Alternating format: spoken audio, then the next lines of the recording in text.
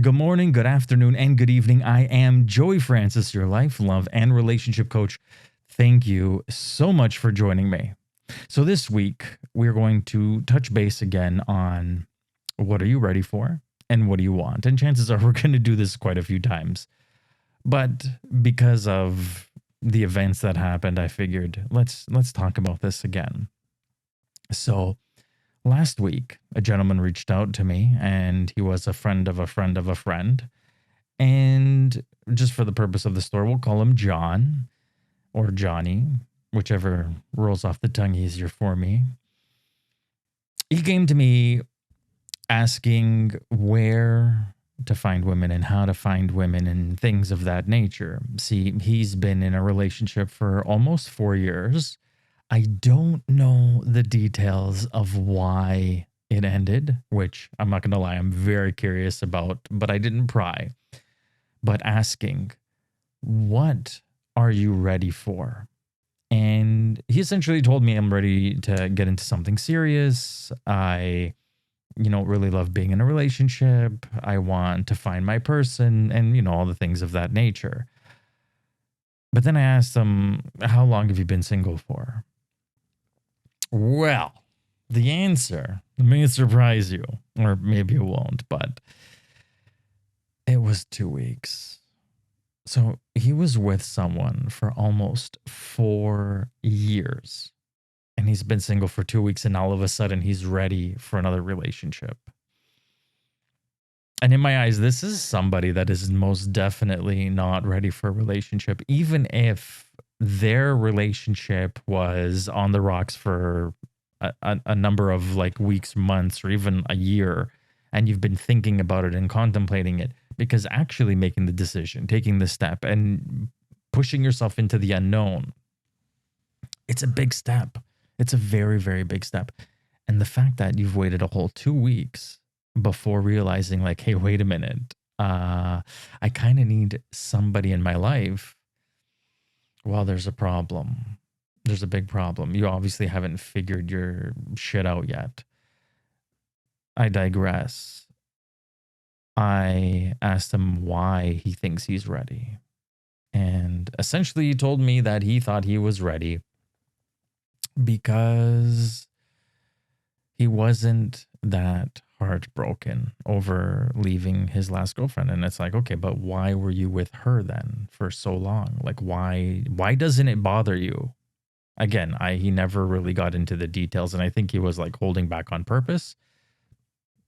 But that's fine. If someone's not comfortable saying something, that's perfectly okay by me.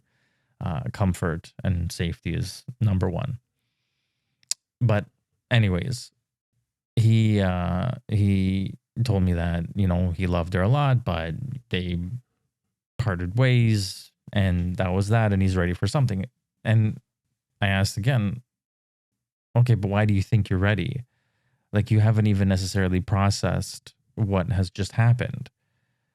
And he couldn't really answer me, which fine. I mean, in reality, there's no right or wrong answer.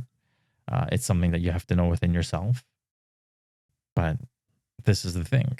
If you're not self-aware of what you're feeling and what you're going through, this is where you're bound to make mistakes. Because in his case, he's essentially looking for someone to fill that hole in his life where she used to be.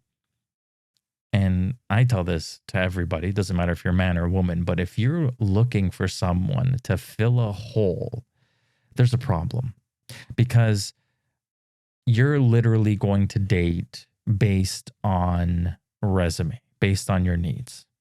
And this is where knowing what you want, and more importantly, having a good idea of what you don't want, comes into play. Because if we find someone that has a lot of the things that we're looking for, well, great, lock it down, sign the paper, let's do this.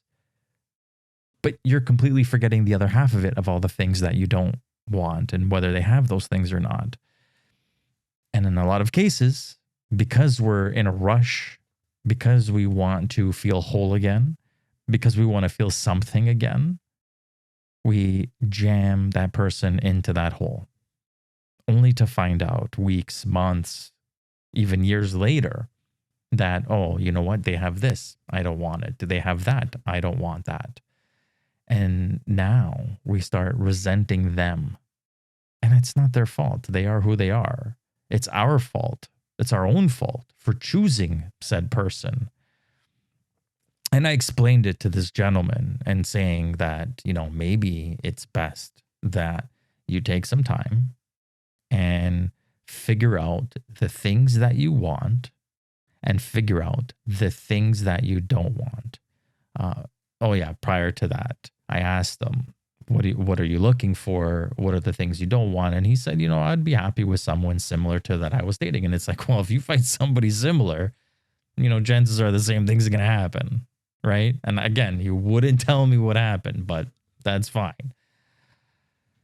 So again, I told him, go figure your stuff out. Go figure out the things you want and the things you don't want, and figure out what you're ready for and with whom. That is a big, big ask.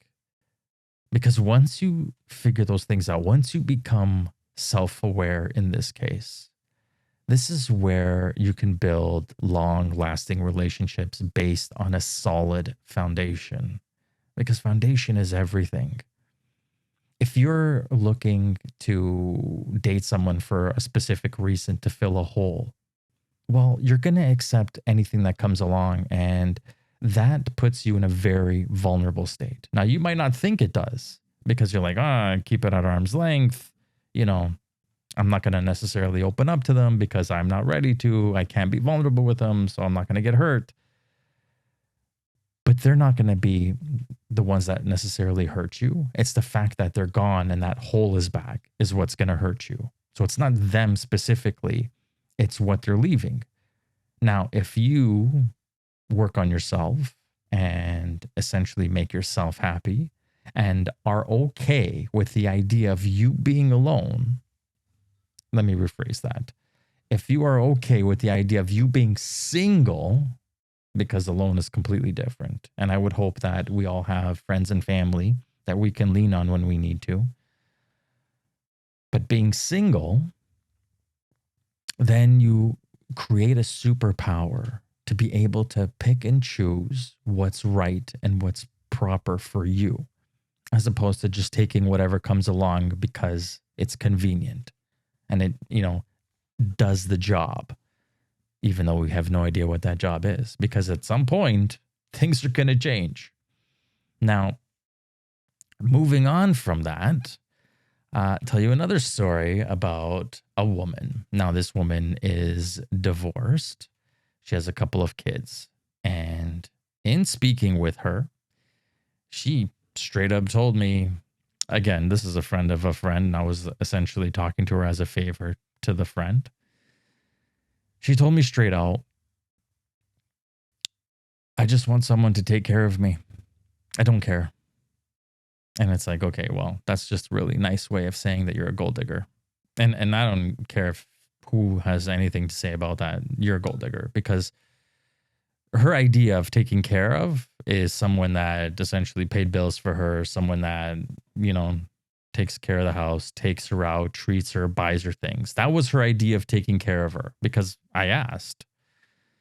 Now, that idea of taking care of is different amongst so many other people, because some people are like, well, if there's an apocalypse, I want a guy that's outdoorsy and can hunt and fish and make sure that the zombies ain't going to eat me. And then there's other people that are like, well, I enjoy renovations and things of that nature, but I don't know how to do things. So I would really like a guy that is very handy and is able to, do things with his hands and fix and build. And then there's, other people that their idea of that is like the guys that, barbecue and cut the lawn and take care of those things. And vice versa, because don't get me wrong, there's a lot of guys out there that have that same idea that they want a woman to take care of them, one sexually, and then others like clean house, dinner on the table, things of that nature. And in all of these ideas, these relationships become very transactional. So Now it's, what am I getting for my time? And if both parties are playing by that, someone's gonna get hurt. So with this woman that I talked to, she didn't necessarily come to me. It was more that I was brought to her. But regardless, she told me straight out she doesn't care. She wants a guy with money that's going to take care of her, has a nice house, going to pay the bills, all that stuff. And I said to her, I'm like, maybe you need to like go to therapy and figure your shit out. Because from the stories I've heard from her and even talking to her, she was still very, very, very hung up on her ex-husband. And I guess in her eyes, no man would ever add up to being like him. So she's already written off the idea of love, the idea of that kind of attraction, and, all that stuff. Well, fast forward a little bit, and she ends up coming across someone that I know through other people. And I gotten told the story. I catch wind of it. Now, she found out that he's divorced, but he does very well for himself. And she essentially threw herself at him. And I mean, literally, like, she went to his house. Like, they met through, intermediary, let's say. And right away, she's like messaging him and calling him and talking to him, and he works in finance. So she was like, oh, maybe you can have a look at, my stuff and blah, blah, blah. And then she ended up going to his house. And that day, that first real time meeting, she, let's say she serviced him orally. And it's like, okay, because, you know nothing about this person. And granted, if you want to stick things in your mouth because you enjoyed sticking things in your mouth, like, all the power to you. I'm not judging. But if you're going to a person's house, seeing that they are, fairly well off, have nice things, and now all of a sudden you want to put things in your mouth, there's a bit of a difference there, right? So she, yeah. And so a relationship of sorts grew from that. And this is literally like over the past like month. She would continuously go over there and service him. Not so much with the mouth anymore, like things escalated. And it just got to a point where she wanted to, like, hey, like, are you going to take me out? Are you going to, like, show me a good time? Are you going to take care of me? And his answer was no. No. As in, like, no. Oh, this is what this was. Like, you threw yourself at me. Like, what? What more do I have to do? I already got the goods. And essentially, it's like, again, this is another one of my sayings. Like, sometimes, if you give the milk for free, no one's going to buy the cow. And that's kind of like what happened in this scenario. And I know this might sound mean, but you know what? Good for her. I'm glad that she's getting a taste of her own medicine, because she doesn't know this guy. She barely knew him before she stuck things in her mouth. She barely knew him before essentially, like, taking her clothes off type of thing. And she got mad. She got mad at that. She got very angry with him and essentially said, like, okay, well, you're not going to do my banking for me and blah, blah, blah, blah, blah, because this is all that I was worth to you. And it's like, well, this is what you made your worth out to be. And she has this idea in her head where it's like, I am going to, go out, find guys. And if I like have sex with them and shower them with attention, they're going to give me everything I want. And I need to tell people a message right now. Men do stupid things, 1,000,000%. But inherently, men are not stupid. If you think that you're going to go out there and use somebody for their money or whatever the case is. And you know what? This goes both ways for men and women. But if you think you're going to go out there and use somebody for whatever, they're going to catch on. And chances are they're going to catch on quickly. See, you have to remember, we're not talking about teenagers. We're not talking about people in their 20s. And in this case, we're not even talking about people in their 30s. We're talking about people in their 40s. She's 46, I believe, or 45, something like that. And he's in his late 40s, 49, I believe.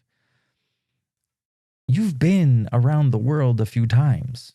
You've lived a life. You have experiences. You've heard stories from countless people, aside from all the shit that's spewed online, my shit included. You're not going to be as, naive as people think you are. And this woman, granted, I honestly really don't like her. And she just really rubs me the wrong way, especially with the whole, I don't care how old he is. I don't care how young he is. I don't care really what he looks like. If he's even half decent, it's fine. I just want him to take care of me. And it's like, you are literally telling me you want to be a prostitute. And hey, listen, if that's your choice, fine, go and do that. My problem is there's going to be a poor guy. And this is the whole reason why this particular woman rubs me the wrong way, is because she was dating a guy who genuinely liked her. Now, he wasn't the best off financially, and he was living in an apartment, and he didn't have a flashy car. And I heard stories of her constantly berating him. Now, listen, I get it. If you're the one that's accepting this behavior, it's on you to walk away, not for the other person. But this guy just wanted to be loved. He just wanted to have somebody. And what did he get instead? He got this woman that, made fun of him. And this is while dating him, which again blows my mind because, my number one deal breaker red flag is I only like people who like me. So if somebody was going to talk ill of me or berate me or make fun of me, then you're obviously not for me.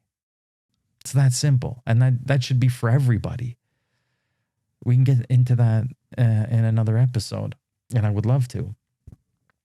But people aren't stupid. People are not stupid. There are stupid people out there, but generally speaking, people aren't stupid. And if you think that you're going to get away with something, you might this time, but next time you might not.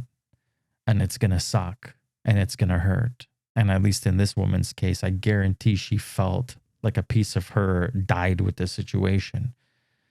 Because from what I've known, she wasn't really like that type of person. But because of, media and things of that nature, where if you want a guy to like buy you nice gifts and give you nice things, you got to give up the cookie. And that's exactly what she did. And she got nothing in the end of it. And I hope to God that she learns her lesson and really, thinks about her life choices going forward. Not to mention the role model that she's setting for her daughters, because I think she has 2 daughters. So just to recap, talking about being ready. And you know what? It actually works with both stories, because what she wanted at the end, or what she was ready for, wasn't actually, no, strike that. Being ready is very important, because you could be trying to fill a hole that you should fix and repair yourself prior to bringing anybody into your life. Essentially, that in the basic ways of saying it, if you are looking for someone to make you happy, it is now that person's job to make themselves happy as well as you happy. That's not going to last. That's going to be a burden on them. And at some point, they're going to burn out, and you're going to end up getting hurt from it. And they're going to end up getting hurt from it as well.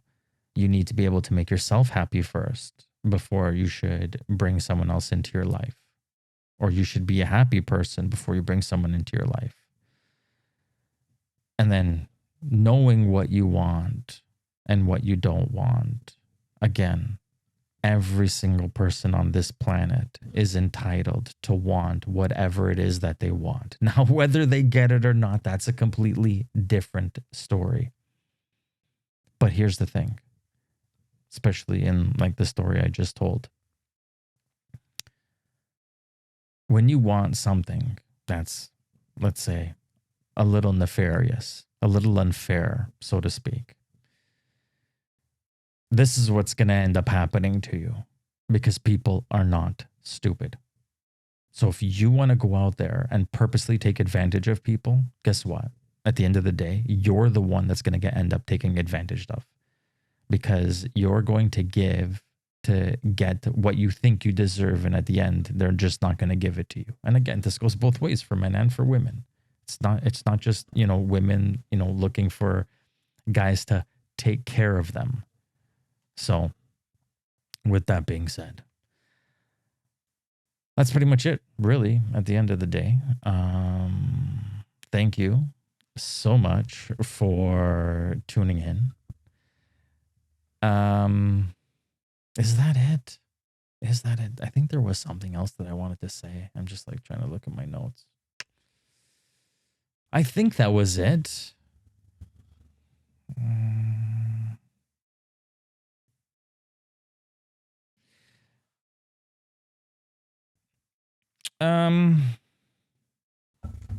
Yeah, I think that's it. So again, figure out what you're looking for and what you want.